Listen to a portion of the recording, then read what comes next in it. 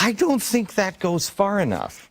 She was, correct me if I'm wrong, trying to wipe out the, quote, Negro race. Was she not? Yes. She starts something called the Negro Project, in which she tries to enlist black ministers and get them to go into their neighborhoods and tell black people not to reproduce because they are, in her words, an unfit group. Does she not, so she has these horrible ideas about Negroes, and she says, and I'm using her word, Negroes, she goes on to say, we don't want the Negro to know that we're trying to wipe them out. God forbid they catch on. But then why does she leave the country? She leaves the country. Is she not kicked out to go over to Europe, or she goes over and she learns a more subtle way, does she not? Yes. Right. She goes over to Europe and she learns a more subtle way, eugenics, which is very popular, and talk just about birth control. When she first starts talking about birth control, it's because she recognizes that her overt racism can't be sold. Correct? Yeah. Am I wrong? We're leaving out one really important point here. What is that? She gives a speech to a Klan rally in 1926. What does she say? Well, there is no record of what she said, but one person said it was something like, we need to get rid of these unfit people. She was also part of this eugenics movement, which was to breed a better person, breed a better voter. It was. Right? Yeah. Which led directly, it was the American progressive eugenics movement that migrated over to Europe. Not all progressives were involved, but many were. Henry Fairfield Osborn, Madison Grant were involved in the eugenics movement. And California was involved in it, big time, were they not? And they migrated the eugenics over to Europe, which there's the idea of the Aryan race and the fit society, and we'll breed the ultimate race, and led to the gas chambers. And where does all this start and kind of catch on in Europe? Public health. They are always claiming this is in the name of public health. We have to make sure that unfit groups don't reproduce because they're damaging public health. So it's all done in the name of health care. When you see the events of the day and health care, and you see Ezekiel Emanuel's complete lives system, which says, you're not going to get it early on, and you're not going to get that health care late. It's important to understand the history of progressives because you'll recognize things. They don't have to end the same way, but it's the same pattern that they follow, is it not? Well, it is. See, progressives want to redistribute wealth. They believe some people are entitled to more goods in society than others, literally entitled, whereas the founders believed in equal opportunity. So what you have, it's obvious, black Americans are inferior, so we won't allow them as much opportunity as we will other groups. In eugenics, we have some people who are handicapped or have an infirmity. We don't want them reproducing, so we will deny them certain rights, or at least try to. Some people are more equal, as George Orwell said, than others. And the progressive vision fits into this regularly, and that's why you see eugenics, racism, become sometimes part of the progressive agenda. Okay, next we're going to go down with a couple of I guess you'd call them heroes, villains. If you read the history book, they're villains.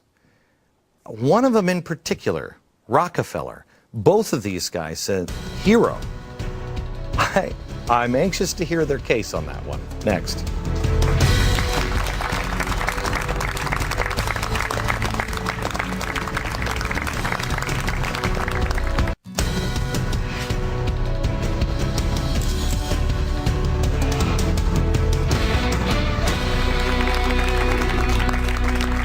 You are getting a ton of information today. It's American history without an agenda, the truth. If you want to learn more, go to glennbeck.com/extreme and sign up to be a part of a very special history-based lecture series. You'll get lessons from the best and the brightest historians and scholars that we could find. We have just started. We've got 3 that we've announced, but wait until you see what we have coming. It's the Summer of Restoration. Be a part of it at glennbeck.com. Still with us are Larry Schweikart, author of 7 Events That Made America America, and Burton Folsom Jr., author of New Deal or Raw Deal, How FDR's Economic Legacy Has Damaged America. Okay, so what we're doing is we're looking through the history books and we're seeing who the villains are and who the good guys are. And what amazed me, this was maybe about 3 years ago when I came across the progressive movement, it amazed me once you open up that progressive door and you start to see distortions everywhere. The world changes. You no longer ask, how did we get here? It's the turn of the century. Let's start with somebody I haven't studied, but somebody who I think is a bad guy, Rockefeller Sr. You guys say he was a good guy. I think John D. Rockefeller's a wonderful American. He gives us cheap energy, really makes America energy independent. At the time Rockefeller comes on the scene, the major source of interior illumination was whale oil.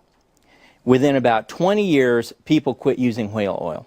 So John D. Rockefeller does more to save the whales than Greenpeace ever does. He drives down the price of kerosene so low that people have to substitute kerosene for whale oil and gets nothing but grief for it.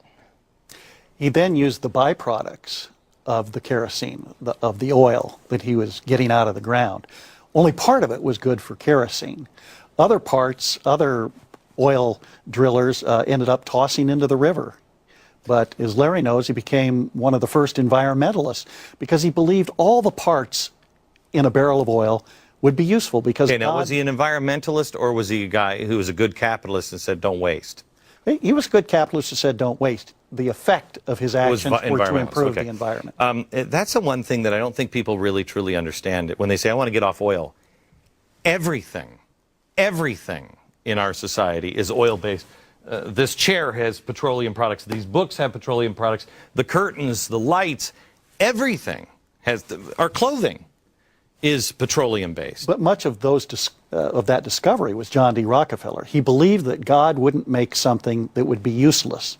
So therefore, everything in that barrel of oil had to be useful. Okay. So you get a research and development department at work and figure out what all the parts are good for. Okay, so tell me, because this is the part that I have a problem with, that I haven't, quite honestly, had time to really research and go to the robber barons and look at these guys, because, I mean, I believe in capitalism. I believe in the free market. But these guys, you know, when Rockefeller Sr. died, Jr. was told that you must give this wealth away because it is compounding at such a rate that your family will be crushed by the amount of wealth that you have. They had wealth of nations in their family.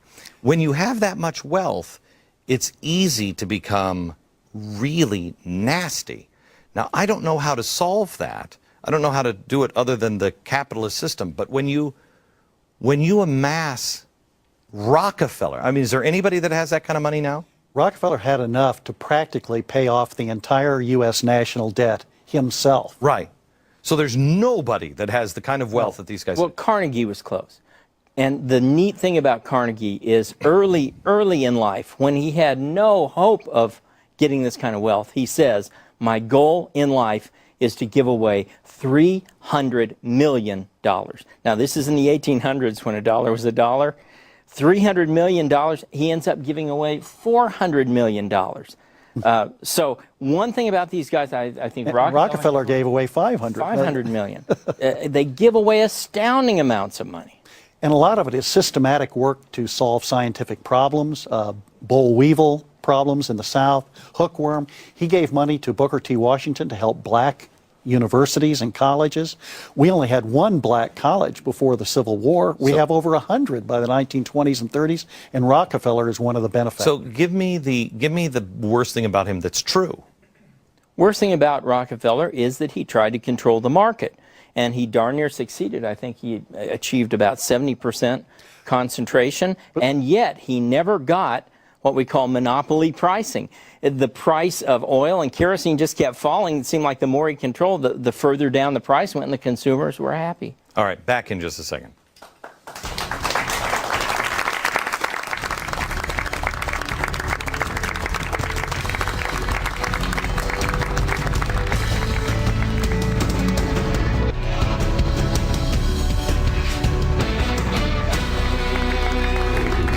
All right, back with Larry Schweikart and Burton Folsom Jr., and we're talking about restoring history and heroes and villains. And we want to go to Gerard, who has a question.